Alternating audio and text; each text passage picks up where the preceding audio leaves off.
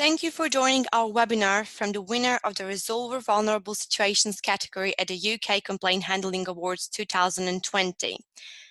My name is Anna Belic, and I'm one of the organizers of this webinar from Awards International. This webinar will be approximately 30 minutes, ending with Q&A session where our host and presenter will answer any questions you have. I shall now run through the agenda. In a moment, I will introduce you to the host of this webinar, Helen Pettifer, and then to the presenter, Sophie Collis. Helen will disclose how judges actually chose the winners and what makes the initiative the winning one. Sophie will then provide an insight into their case study about the co-op winning submission. Following this, Helen will provide feedback as to what made co-op a winner, and she will disclose comments the judges made on the day. There will also be a Q&A session when Helen and Sophie will be answering any questions raised by our audience, so please post any questions you have on the chat box throughout the presentation, and these will be addressed at the end of the webinar. It is my pleasure to introduce you to Helen Pettifer.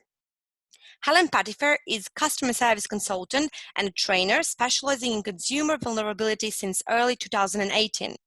Helen has built up a strong brand reputation for her work in raising awareness and understanding within organizations on how they can best support vulnerable customers. This work has been delivered across all sectors, however, predominantly within the financial and public sector. Guest speaking at conferences, forums, and on webinars and podcasts, Helen has launched her own podcast entitled Unlocking Vulnerability. Working closely with charities and organizations, Helen's aim is to instill a desire in individuals to treat others fairly, respectfully, and kindly, without exception, and to create a world in which everyone feels valued and heard. Helen was also a chair judge for the Resolver Vulnerable Situations category at the UK Complaint Handling Awards 2020. Hello, Helen.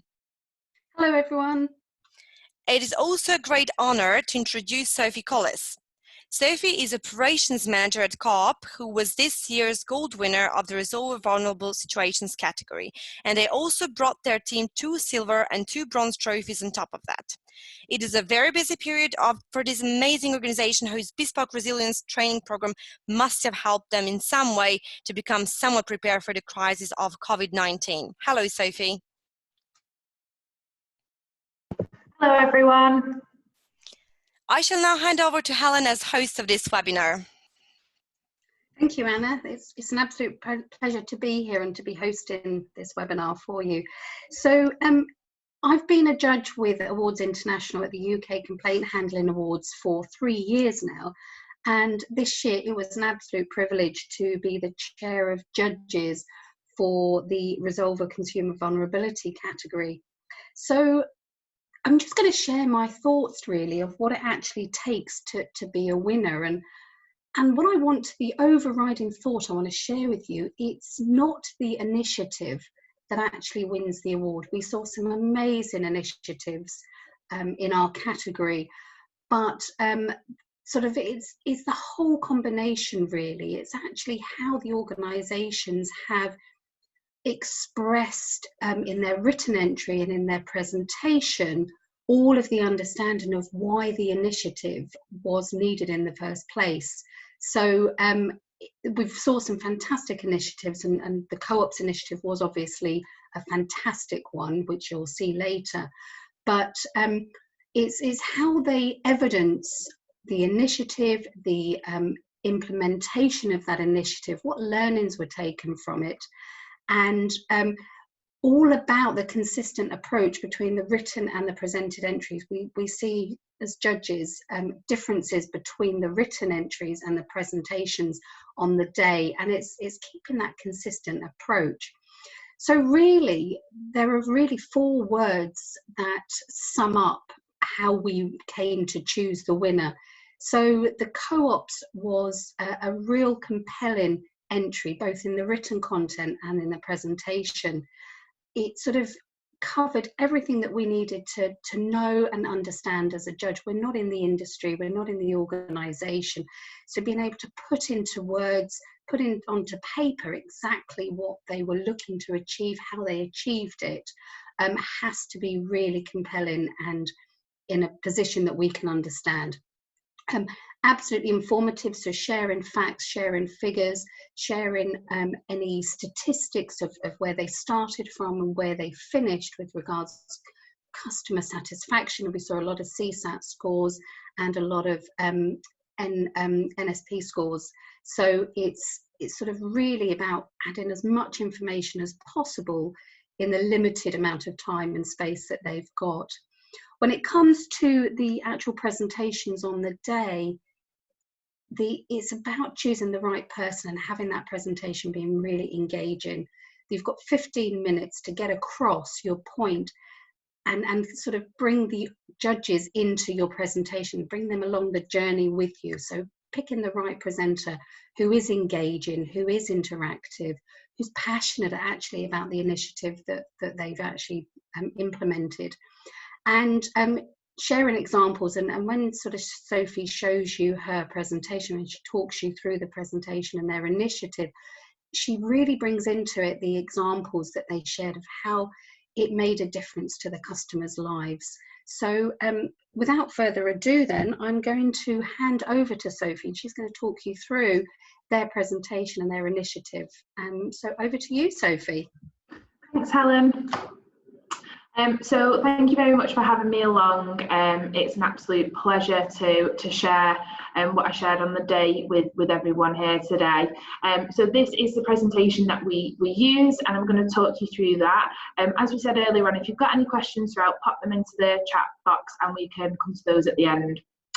So to start off, we just gave a little bit of context around our organisation. I'm sure everyone's heard of the co-op, but how much do they know about it?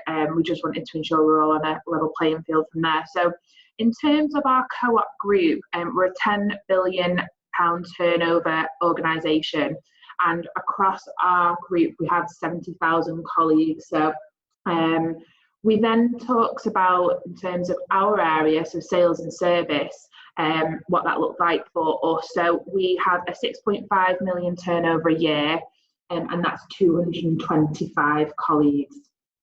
And we then talked a little bit on the following slide around the structure and some changes that we've been through recently as well. So initially we looked after a small proportion of what we do today. So we looked after our food and membership contacts, and we had various other contact centres dotted around the business, so they all aligned into different management structures and so on. So we brought those contact centres together under our CBS, our co-op business services title, and what we were able to do is have one line of management and work together in one way. So we already had an established way of working for complaints with our food and membership, and what we did is we brought in the other areas and looked to kind of put that across those. So we brought together funeral care services, and we brought together our operational store support services, and we also brought together some of our HR functions as well. So it was a big change and lots of new areas coming into our established ways of working. So that was just shown on this slide here. So you can see that they were kind of dotted around the area, and then we brought them together under the sales and service banner in 2019. So on to the next page. One of the big changes when we did that was that we were bringing in funeral care services. Now you can imagine when it comes to funeral care and food complaints that they're quite different. And in terms of the vulnerabilities we were seeing, they were slightly different as well. So the biggest one that we obviously call out that we weren't used to prior to bringing in funeral care services on board is bereavement. So an awful lot of our customers that we speak to are bereaved and are going through some kind of grief in its many states. Now, in terms of what we did before, we did already have some policies and procedures to support our vulnerable customers, but they didn't seem as if they would support a bereaved customer. That's quite different. So we knew we needed to look at that. And our strap line is, we're here for you when you need us most. And we really knew that we needed to make sure that we were replicating what happens in our field within the contact centre as well. So in terms of what we were doing previously, we had a 4-stage process. It's kind of really simple. I'm really proud of the fact that it's really simple as well, because it's easy for everyone to understand and remember. So in terms of complaints and how we've always done them, we have a 4-stage. So we have a capture. So we want to make sure that customers can raise their complaints through their service, through their channel of choice, and that it's easy for them to do. Also, we then resolve. So we want to make sure we resolve them first time round, and we want to make sure that if we can't do it immediately, then we give a time scale associated to that as well. We then want to restore, and this is really important. So we want to make sure that the person who's making the complaint comes back to us, and that they still see Co-op in the positive light. And then, of course, we want to fix it. We want to make sure that this doesn't happen for anyone else. And we do that in a really special way. So we give our teams an awful lot of autonomy. So it's not your traditional complaints mechanism where you have to have things signed off by a manager, or there's a certain limit that you're only allowed to go to. So we really trust in our colleagues that they make the right decision, and we've actually set them all up with an Amazon account. So an example of how we fixed a food complaint was there was a little girl who fell over in one of our stores, and she hurt herself quite badly. So I guess the traditional way of resolving that might have been to give mum and dad some money. What our advisor actually did is went on to the Amazon account and ordered a load of the Disney Frozen merchandise, so a little dressing up outfit and those sorts of things. And we were able to send that out to the little girl and send a hamper to her mum and dad to say sorry. And that was obviously a great resolution, something they weren't expecting, and really put a smile on the little girl's face who was feeling unwell. What we see through doing things like that is that actually a customer's basket spend increases. So we knew we were doing it well in food, but we knew we needed to look at how we do it in funeral care. So moving on then. So when funeral came on board, we did a whole activity where we lifted the bonnet on it, basically. This is what this slide talks us through. And we uncovered quite a lot there. So in terms of the performance, in terms of the complaints that funeral care were looking after in that team, they weren't managed very well, if we're honest. So they had about 250 new complaints per month. So that was a 29% increase year on year. So already we can see the amount of complaints were increasing. They also had a backlog of over 600 complaints. The average age was about 6 months old. Some of them were spanning up to nearly 12 months old as well. And the average time to resolve a complaint was in excess of 20 days. So it just wasn't timely. It didn't fit with anything that we saw over in our food area. A lot of processes were driving the issues. So they didn't have very good performance management. They didn't know how to do that, and they didn't have the tools to do that. There was no real ownership in terms of resolution. They obviously didn't have the autonomy that we saw the guys over in the food world having, and the systems made things extremely difficult for them as well. And underpinning all that, the people in that area were quite broken as well. When we kind of took them over, we had multiple advisors taking us into a room and breaking down emotionally because they just felt they couldn't cope with it. They didn't have the training that they needed, they didn't have the systems that they needed, they didn't have the resource that they needed. So it was, needless to say, there was a lot to be fixed. So moving on then.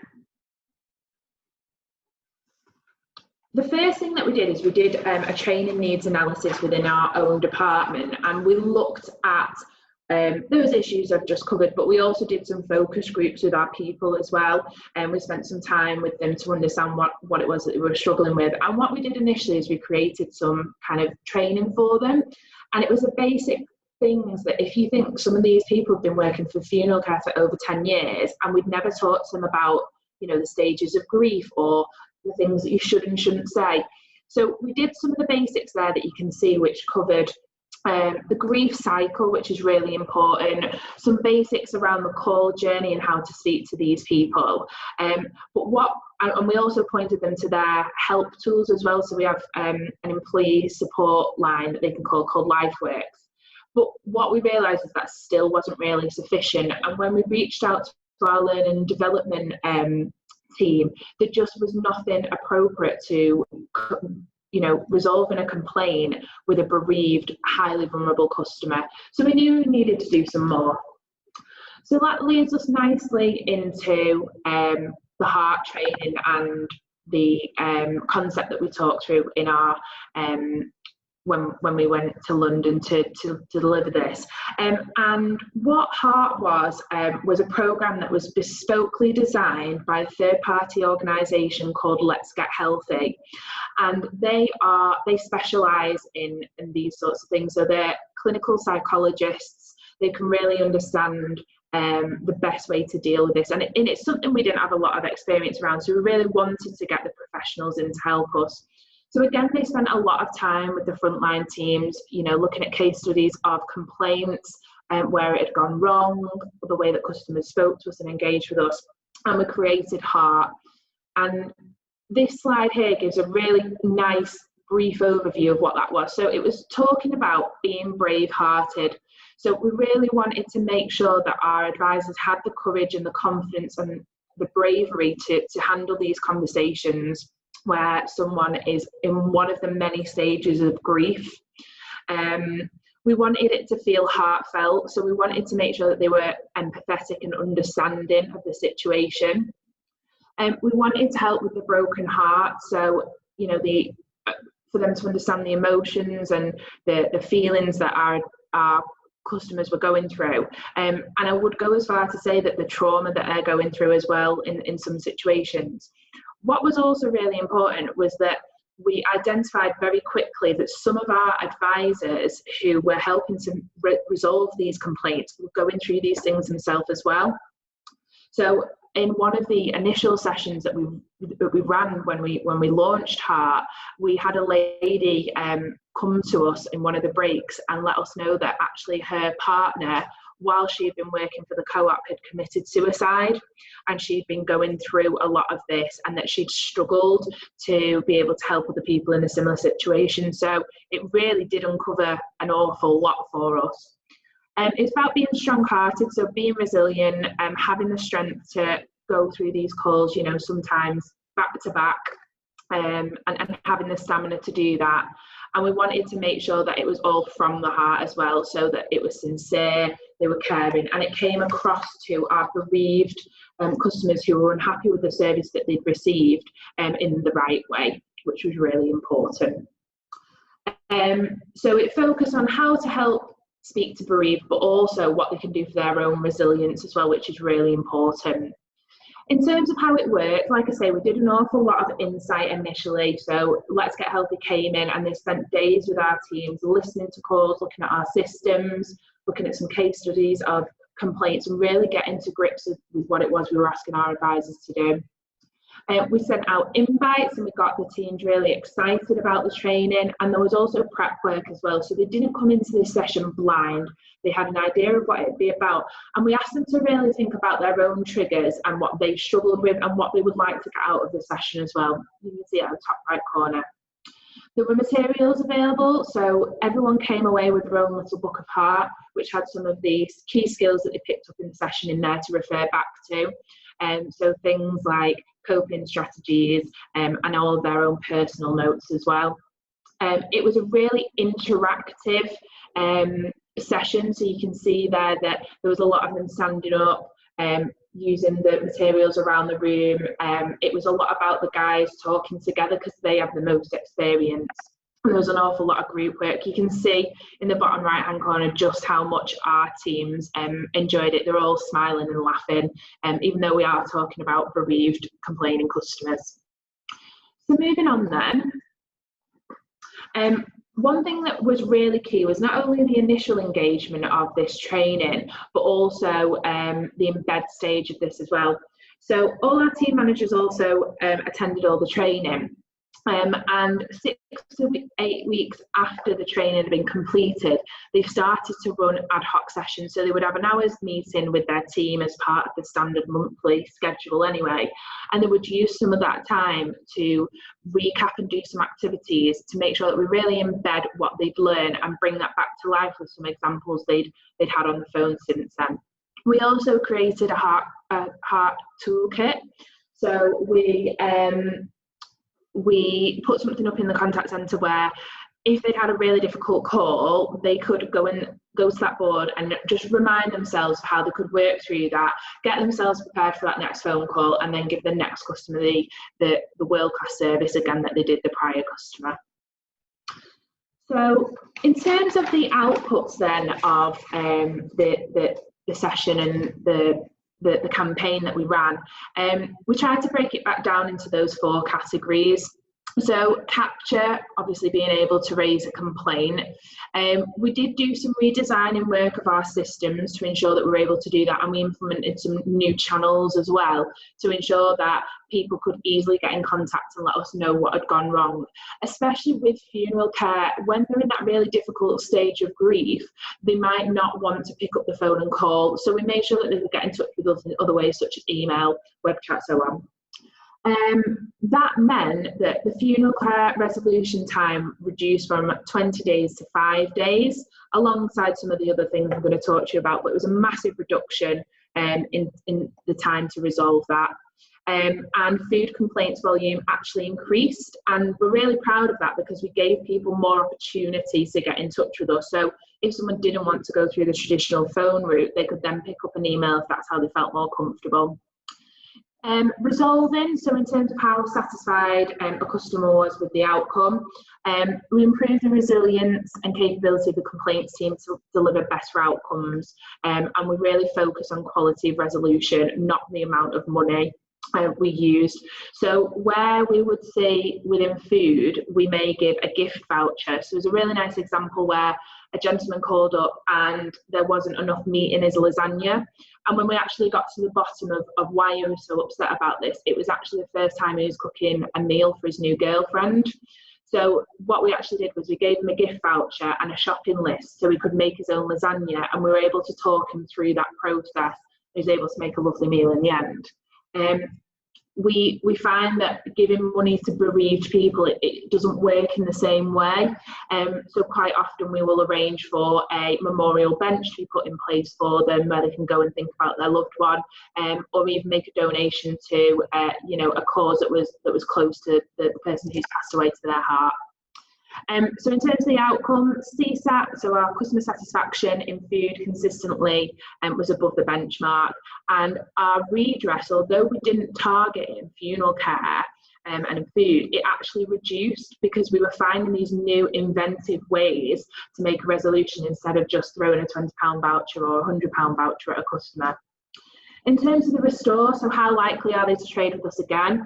There's a high-risk team oversee the funeral care to protect co-op from the reputational damage. A membership wallet is actually used for redress. So what that means is we're able to put money straight back onto a member's card so they can spend it in the co-op again. So we saw that our regulated complaints that go to a third party and the Ombudsman for Funeral Care reduced from 90 to 20 in 2018. And 96% retention of basket spend in food 3 months post the complaint. So we did a really great job there. And fixing it, so are we able to take the action off the back of it? Absolutely. We've worked really closely with our regional teams out in food and funeral care to let them know what's going wrong, to give them the trends and the analysis off the back of all the complaints that we take so they can put things right. And we saw that the complaints fell from 2.78 to 1.77 by the end of 2019 in funeral care, because we were able to stop it from happening again in the future by working with those teams.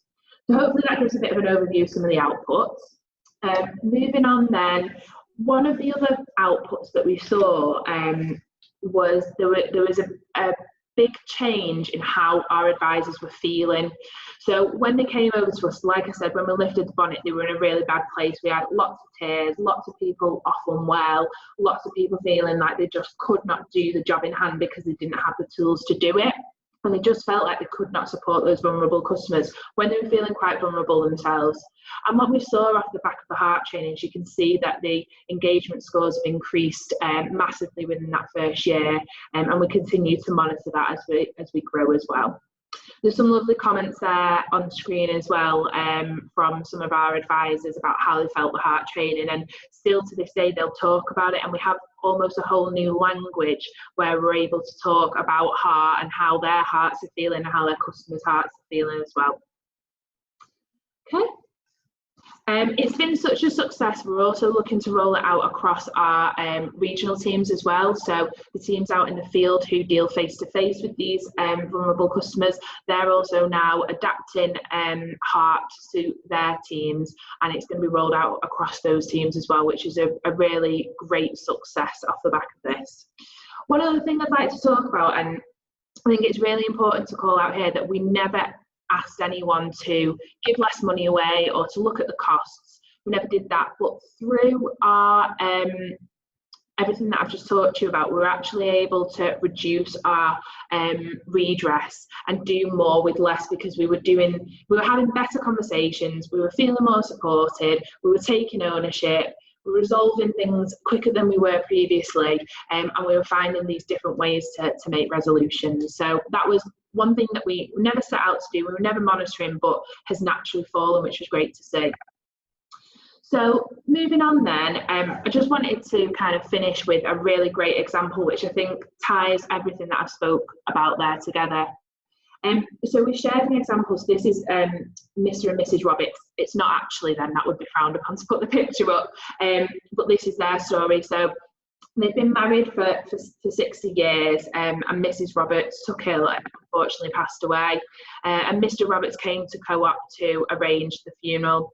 And he was very clear with what he wanted. He wanted white lilies and yellow roses, because they were the flowers that he gave Mrs. Roberts on every single anniversary since they got together. So the day before the funeral, Mr. Roberts came in to visit Mrs. Roberts one last time and say his farewells prior to the funeral. And the funeral director said, "Your flowers are in for the service. Would you like to have a look at them whilst you're here?" So Mr. Roberts went out, and you can imagine his horror when he saw red roses and pink lilies. And that might seem something really small, but when you're going through grief and there's everything else attached to it, that was something that was really, really important that we got right, and we'd failed him. So the funeral director and the funeral arranger at the home she was resting in, it was gone 5 o'clock. They weren't able to reach out to the local florist to put this right. So that's when they made contact to our teams in the service centre. And our teams went out to their network of Interflora, and they spoke to about 5 different florists to try and get this sorted. And luckily we were able to resolve that. It took a little bit of determination and resilience to get there, but ultimately on the day of Mrs. Roberts' funeral, there were white lilies and yellow roses. We put a call in the week after to see how Mr. Roberts had got on, and he was so grateful that we've been able to fix it, and that the day had gone just as he wanted it to for obviously his lovely wife. So that hopefully is a good example of how we've implemented everything that I've taught you about there, and our teams have shown a real kind of resilience in these really difficult conversations with our most vulnerable customers. Thank you. That's brilliant, Sophie. Thank you very much for sharing that again, and just even listening to it again, I've come away with some more insights and some more valuable thoughts. So thank you again for sharing. So I just want to share now sort of some of the judges' comments sort of on the Co-op's written entry and the presentation as well. So it was sort of unanimous really that it was a well thought out initiative. They highlighted what the issues were and sort of put it into place and implemented it really well. It was interesting actually to see the diverse nature of complaints. Obviously the Co-op is sort of got lots of different departments and roles and customers, and obviously the diverse nature of complaints means that you get complaints that say that the crisps are too salty, and then obviously to the sad notification that the wrong person has been cremated, which is quite shocking, really. So again, another comment was that actually it was great to see that empathy is recognised as the same, whether it is food or funerals. It's how you engage with the customers at their time of sort of need, really. Also, as well, some good outcomes reasonably well evidenced in the entries. So again, it goes back to my thoughts and comments before Sophie did her presentation. It's not always about the initiative, it's actually how the initiative has been evidenced in the written entry. So by able to put it into writing to allow the judges to understand exactly what's going on really does help the judges to make a good decision on who the outright winner should be. And then just a couple of things, sort of food for thought that the judges gave to the co-op is, it would have been great to understand more about what they did differently to look after the more vulnerable customers. I know that sort of you've got limited content space on the written entry and the presentation, but obviously to be able to share more stories, more examples of how vulnerable people have been really well supported when they're making a complaint. And so then coming to the presentation, as I said earlier, it's all about how that presentation comes across. Have they picked the right person? Is it clear and compelling? I mean, Sophie, as you've just obviously seen, has come across really well. She's clearly passionate about this initiative as well, and I think that really makes a difference. Sharing those great examples and being enthusiastic as well, actually, and seeing the changes that it's brought to the organisation, that really comes across in the presentation. You may all agree, actually, that heart training initiative is absolutely powerful. It's concise, it's relevant, and it's a great initiative. Again, a bit more food for thought for future initiatives, actually, sort of thinking, how can this be developed? How can it lead on to future initiatives? So they were just sort of some of the comments that the judges sort of thought about with regards to the written entry and the presentation. So hopefully the co-op and Sophie will take those comments on board, and they use those for future entries. Hopefully they'll enter again next year. So I'm just looking at the Q&A box now. There's been a couple of questions here. So, so just reading them now. So given COVID-19, what are your biggest challenges and solutions for Q1 and Q2 of 2020? So Sophie, just throwing that back to you then. So. Sure. So I think obviously no one ever envisaged the kind of place that we're in at the moment with COVID-19. All I can say is I'm very grateful we did the work last year around resilience, because it's certainly come into play. One of the biggest challenges in terms of what we're facing at the moment, especially in the funeral care space, is that through COVID-19 there's actually been quite a lot of restrictions put on in terms of what a customer can have and how a funeral operates. It's changed somewhat. So making sure that we set up the customer's expectations and they know exactly what to expect. You know, your loved one's going to be brought into our care, but we're going to have to come round and in a full hazmat suit because they potentially have been infected by COVID-19. It's really changed how we've had to work, and naturally we're seeing an influx of complaints because it's not exactly what they thought for their loved one, and they're not able to do it, and you know, supporting that. So they are really difficult complaints because those restrictions have been put on beyond co-op. It's not a co-op decision.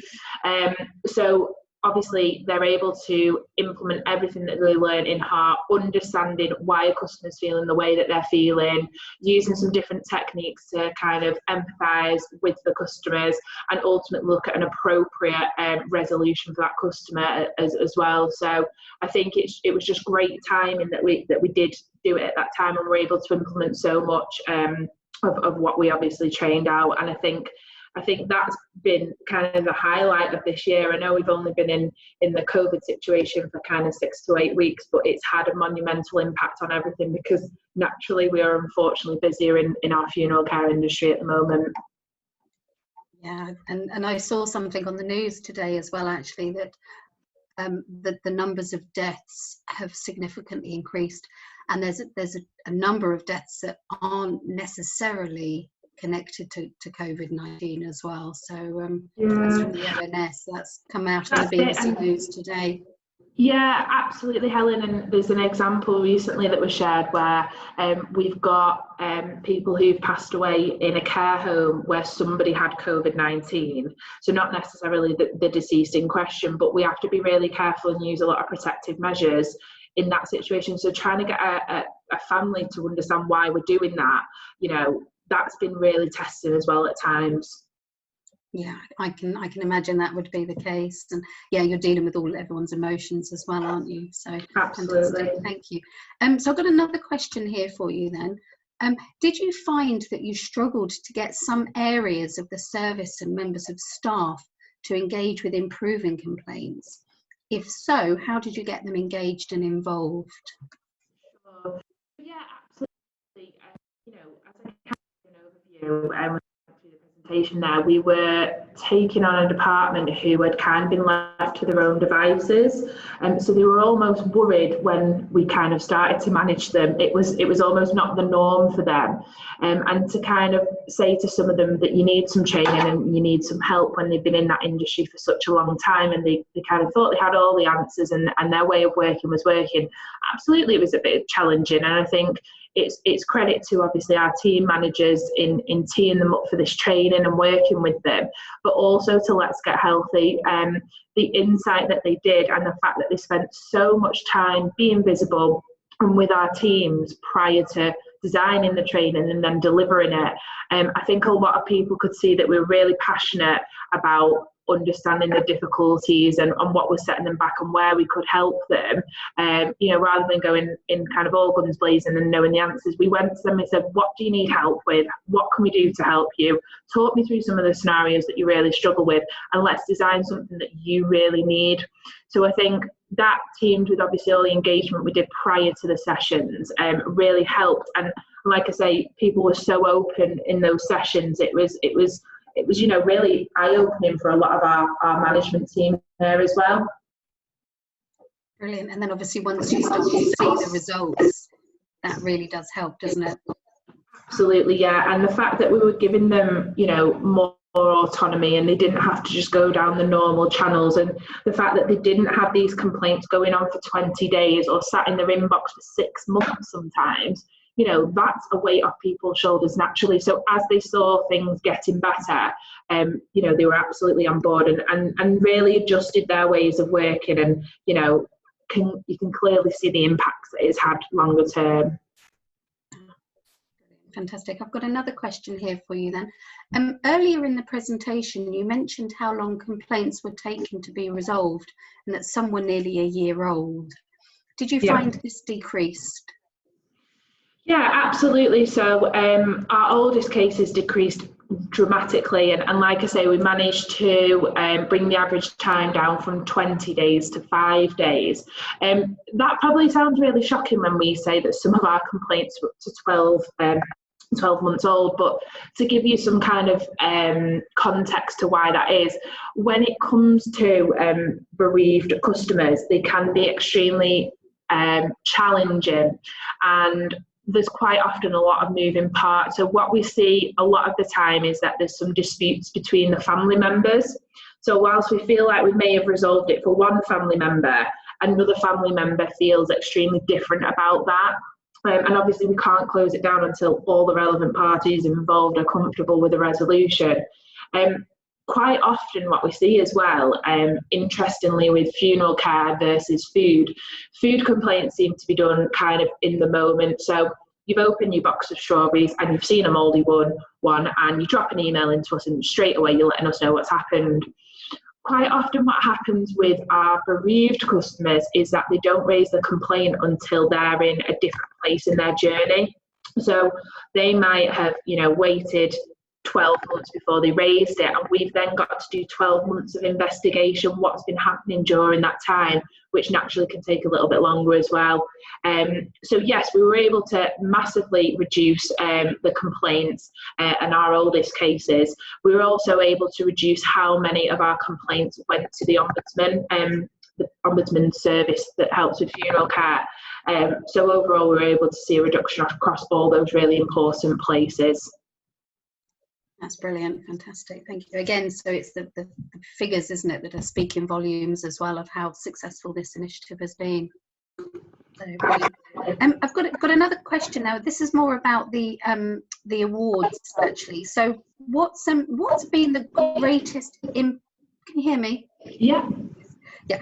What's been the greatest impact from winning the awards, both internally and externally? Sure. So I think that the biggest impact has got to be with our advisors. So yes, I came and delivered this, but it's all their hard work, that's really made this pay off, and the fact that they were so engaged and they really got involved with everything, all the initiatives that we've talked about. So I think their confidence has increased. We have the trophy out with our complaints team. So, when people from other areas of the business are walking past, they're like, hey, this is an award. Really great for those guys, and just to say thank you in a new light, and that other people outside of the co-op can see what a great job that they're doing. I think that's really probably been the biggest impact for us. And then I guess naturally through winning the award, we've been able to link in with other organisations as well, and we're always wanting to share best practices, and that works both ways. So we've been able to open some more doors in that space as well, which has been fantastic. We've made leaps and bounds, but there's always more to be done, and we love to kind of share our best practice and find out what other people are doing as well. That's brilliant. So thank you, Sophie. It's not a question here, it's just a statement from somebody who's tuned in and listening, just saying, I just want to say thank you. This has been really insightful and helpful, so which I completely agree with. So there are no more questions. So thank you ever so much, Sophie, for sort of representing your presentation again today for us. And I'll hand you back to Anna to finish off the webinar. Thank you very much. Thanks, Helen. Thank you, Helen, and a special thank you to Sophie for finding the time to share an insight into their award entering presentation. You have a very important role now, and I can only imagine how busy you are. So thank you for helping your most vulnerable customers in the time of crisis. Well done. Thank you once again to you both. I hope you have all enjoyed listening to this webinar. Before I finish, I just wanted to share with you details of our next planned webinar, and there will be a lot more organized during 2020. So please visit this website to see other webinars that you can register to. And finally, here are awards programs that you can attend or come to judge or enter even. So if you have if you like any information about any of these awards, please do message me or email me on my email given here. Thank you once again to you all. Stay safe, and looking forward to our next webinar.